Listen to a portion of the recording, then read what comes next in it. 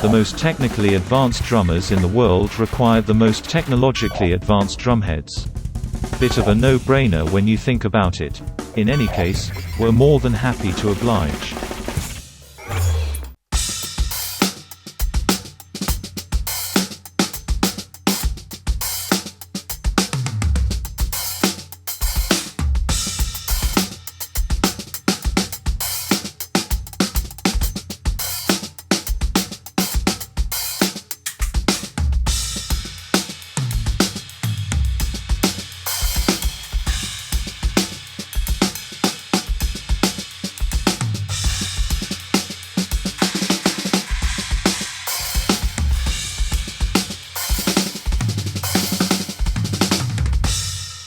Hey, Jarrad James back with the Drum Rundown. We're here with Matt Garstka as Animals as Leaders. Thanks for having us, man.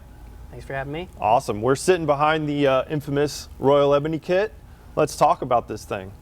Well, it's a bit of a hybrid kit in that it has a bell brass snare, and then everything else is wood, but it's different woods. So the rack toms here are actually oak, and these floor toms are cherry and mahogany, both of those.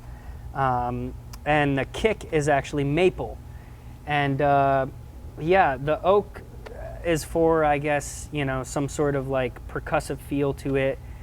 Great depth, great tone, and a lot of ass out of these cherry mahogany, a lot of deep tone from them. How did you work with DW on the kind of blends of woods? Did you have a lot of input in that, or was this something that they already had that you kind of like, that caught your eye? How did you get to these particular kind of like mixtures of wood? Well, yeah, you kind of have carte blanche as an artist, but you know, I really wanted to defer to their expertise as well. So the oak rack toms I knew I definitely wanted because engineer buddy of mine, Francesco Camelli, he's an incredible engineer, and he ordered his kit, his DW kit, and he had oak racks, and I'm like, Jesus, these are perfect, and perfect sizes too. And I think he had mahogany floors, and so I was kind of wanting to go in that direction. And I was like, what about maybe doing the X-Shell? And Scott Donaldson, who was over there at the time, he was like, you know, the X-Shell is like, if you guys don't know, that shell construction, it's, you know, they lay the grains like this, and it makes it really deep. It actually changes the tone so that it sits way lower. It's way different than having them just going horizontally or just going vertically. So like, he was like, I think that's going to be a little too low. And he's like, what about fucking cherry mahogany?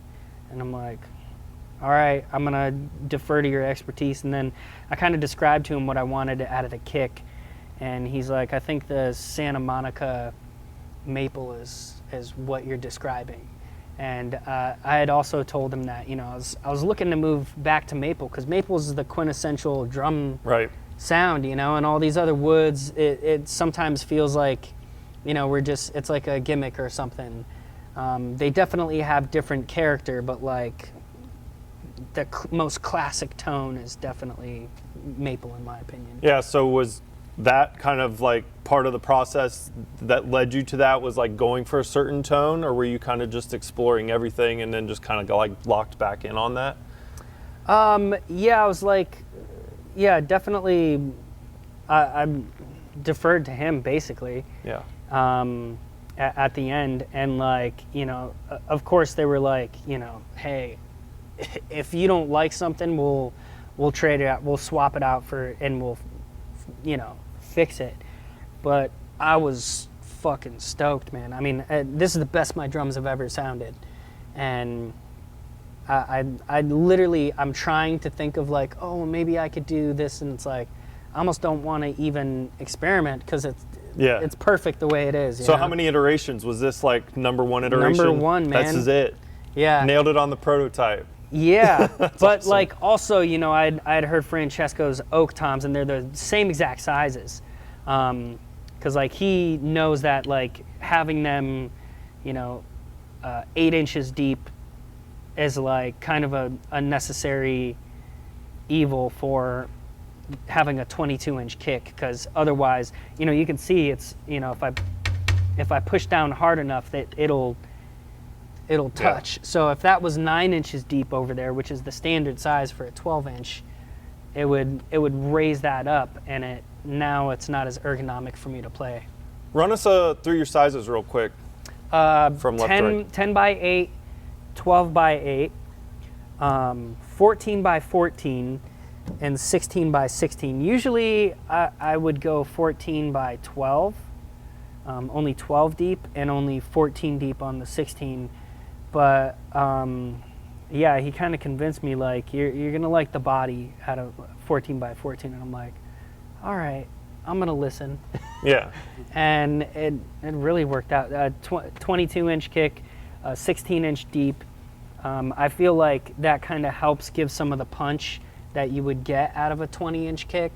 The 18s are just a little too barrely for me. Like, it's still sounds great, but it's not. It doesn't have body. The perfect size, in my opinion, is 22 by 16 for depth and for punchiness.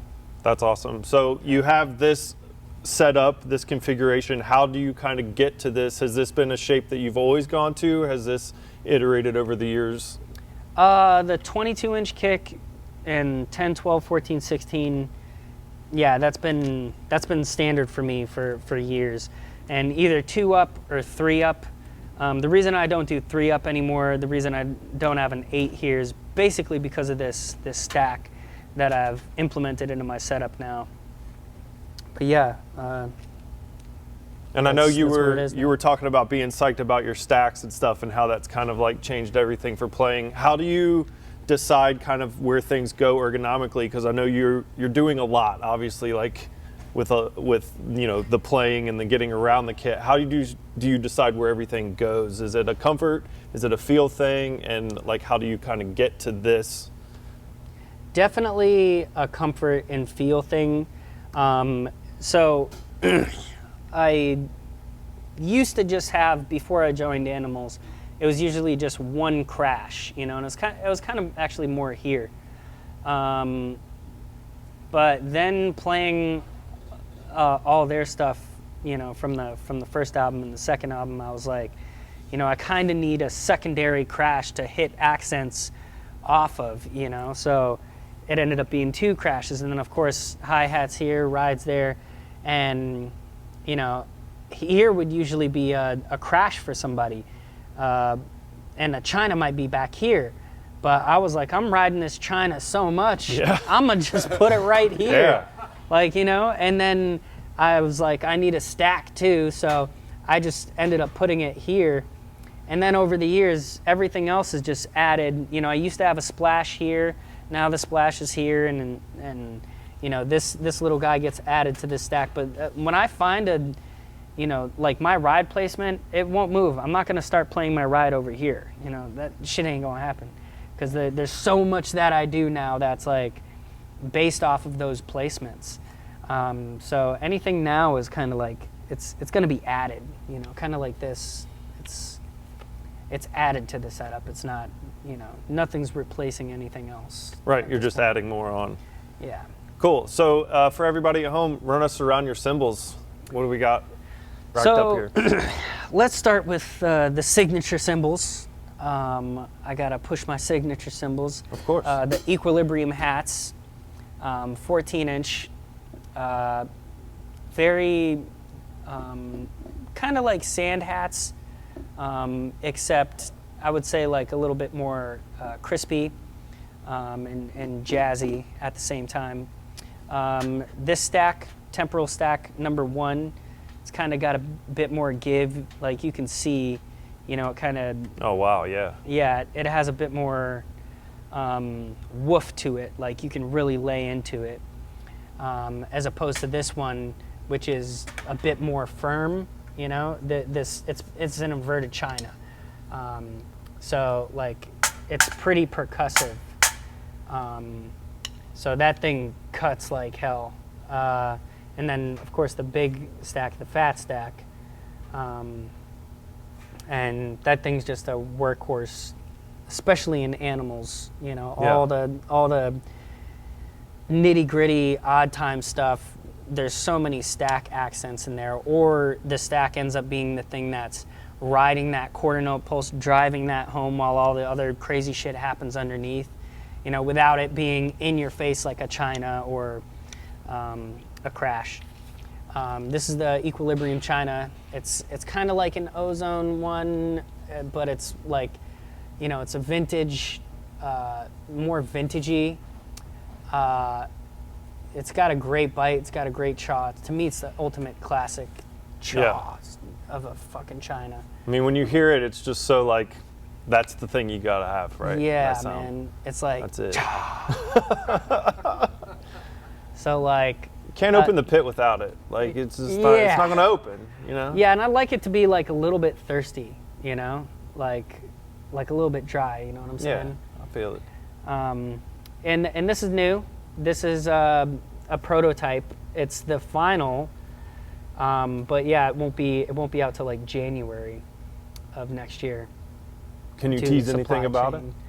Oh yeah, it's basically like, you know, there's some lathing on the, you know, 3 inches, the most 3 outer edge, and that's basically to cut away enough material so that I can crash on it and get a nice, like, almost like a crash sound.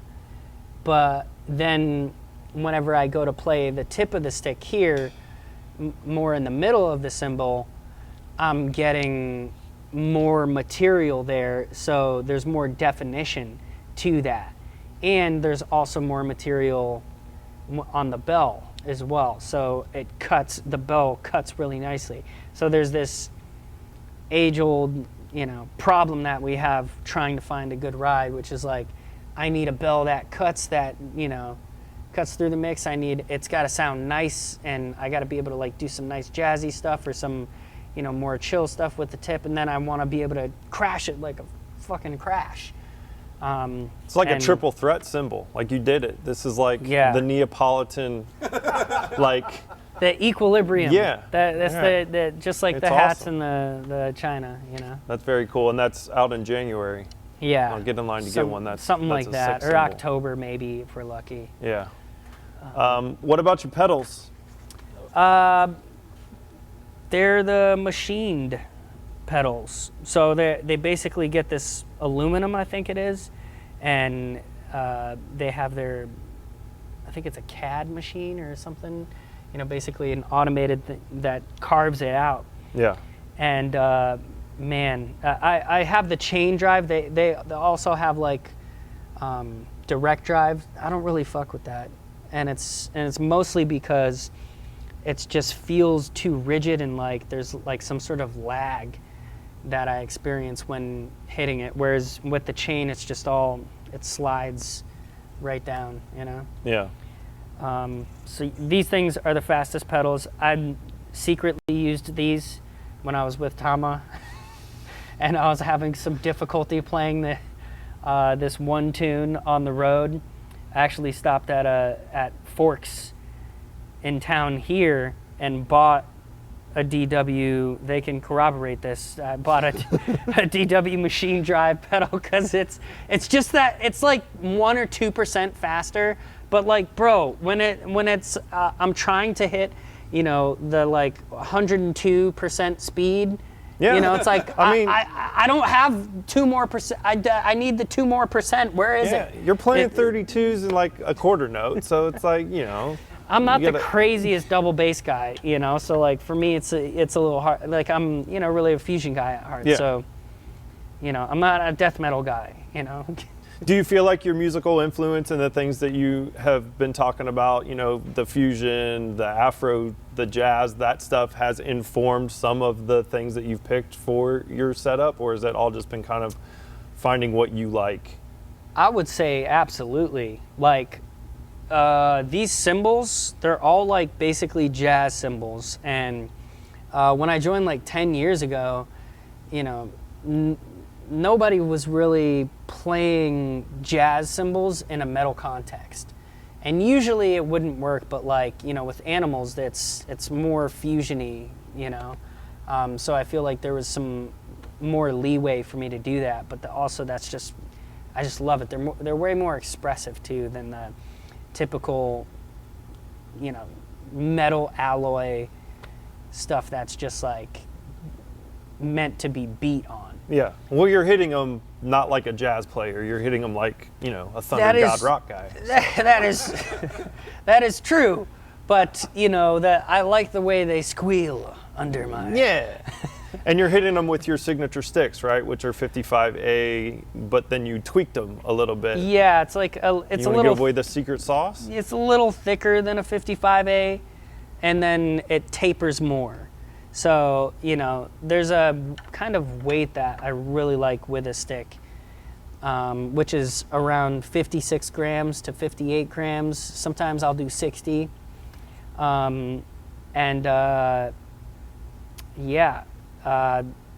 Once you figure that out, then it's like you get that same weight and you play with the different shapes of sticks and you really figure out where you want the weight to be. Right. In your stick. And that's sort of the process that we went through. Did you change the length at all, or did you leave it? Still 16. Yeah. For me, I can't do the, maybe it's because I'm a short guy, I got shorter limbs, but I can't do the extended stuff where it's like, you know, 16 3/4. Did you modify the tip at all with the shape?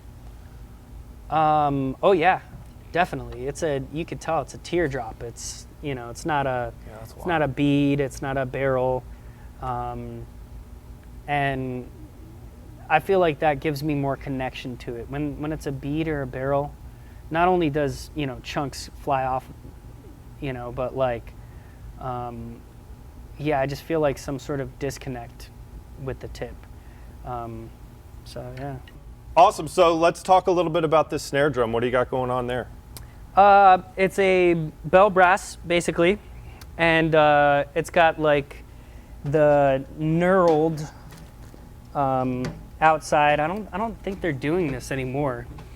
But yeah, it's like pretty sick because it's got the black nickel over that, which I forget who recommended that. I think it was Scott. He was like, "That's gonna look badass," and I'm like, "Let's do it." I mean, it looks sick on the finish.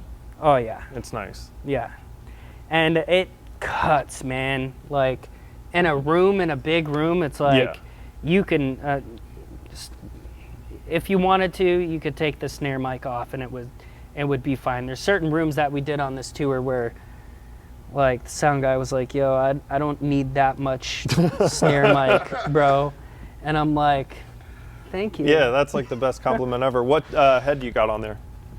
It's an Emperor. I really like Ambassadors. I like the way they feel, like the snap of an Ambassador. But man, I will total what I can do it at home when I'm practicing, and I'll be fine for weeks. But you know, if I'm filming like some of these playthroughs, like within 2 or 3 songs, that thing will be toast. And same with live, it would be like 2 or 3 songs. I was doing that actually to Emperor heads on this past tour, where it was like, you know, 3 songs in, 4 songs in, you know, there's a huge dimple, like caved in the middle of the snare, and I'm like, okay, you know, there's a lot of adrenaline obviously happening whenever you're in front of a crowd instead of just, you know, in your basement. Yeah. And like I had that for the first time in a couple years. So, and you're smashing so hard they don't even need to mic the snare, so, you know. yeah, so I started to like kind of try to lay back. I'm like, you know, this is not good because obviously that's going to impact the tone of the snare. The sound guy said he really couldn't freaking hear it, but I'm like, I don't know, I just feel like it's got to do something. So I started to lay back on it, but yeah, Emperor, it gets the job done. I'm sure, you know, an Emperor X could help, or some sort of dot, you know. Yeah. but it usually makes it more boxy. And around the toms? So I actually got some different head things going on with the toms. So like usually cats have clear heads on the bottom and either clear or coated on top, but I'm doing coateds on the bottom. And apparently that's like a Vinny thing. The reason for the coated ambassadors on the bottom is that coating actually supplies some sort of dampening. And then the reason for clears on the top is because, you know, over the years I've loved coateds on top, but I've found that, okay, there is a nice attack that you get initially from having a clear head on there. So I've been going to clear heads, and it's the perfect, you know, I get some of the dampening, some of the warmth from the coated on the bottom, and then I get the attack and the, you know, the punch from that on top. And then I got, you know, some cotton balls in there to kind of make it even more dampened, and live that really provides this level of control to the kit that, you know, my engineer is just like, bro, don't. I was like, I'm thinking about taking some of the cotton balls. He's like, please don't. It's amazing. Yeah. I'm like, all right. And I got to see you live here in town a couple years ago. Oh, yeah? At Cannery. And Okay. that is, you know, historically not an easy room to sound good in, and you guys crushed, and Well, the drums sounded incredible too, so. That was not this kit, though. Oh, it's not this kit, but no. what you were doing was sounding awesome. Thank you. Yeah, a lot of times, you know, the engineer does, as long as you got pretty good function and stuff, they'll make it sound great. But like, yeah, obviously having a pristine starting point helps a lot. Yeah, and as far as monitor mix, when you're playing live, what do you take? How do you take your coffee? I pretty much want everything, like the album, you know, and then I want myself a little bit above that, and then click at the very top. Yeah. Because ultimately, I'm the one that's really listening to the click the most. And, you know, Tosin likes to take an earpiece out. Sometimes he'll take both out, man. So, like, you know, if I'm not listening to the click and I get off from the click, we're screwed. So, like, I'm not gonna let that happen. So it's literally so loud. It's I can feel it in my brain. Yeah, mostly click. Yeah, but like, you know, obviously I need some music to get into it. You know? Of course. Yeah, you gotta have that. Cool. Well, can we kind of hear the full kit with you know, the sticks and the cymbals and the toms and all of this beautiful stuff that's come together to make your signature sound? Yeah. Yeah. Give her hell. All right.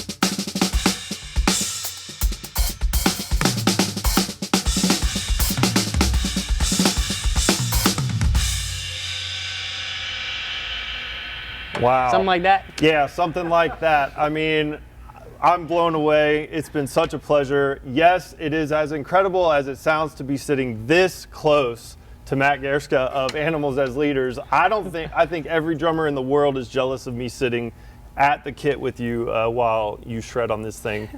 Thank you so much for spending time with us and talking. Thanks for having me. Yeah, Really. about the drum rundown. We'll see you on the next one.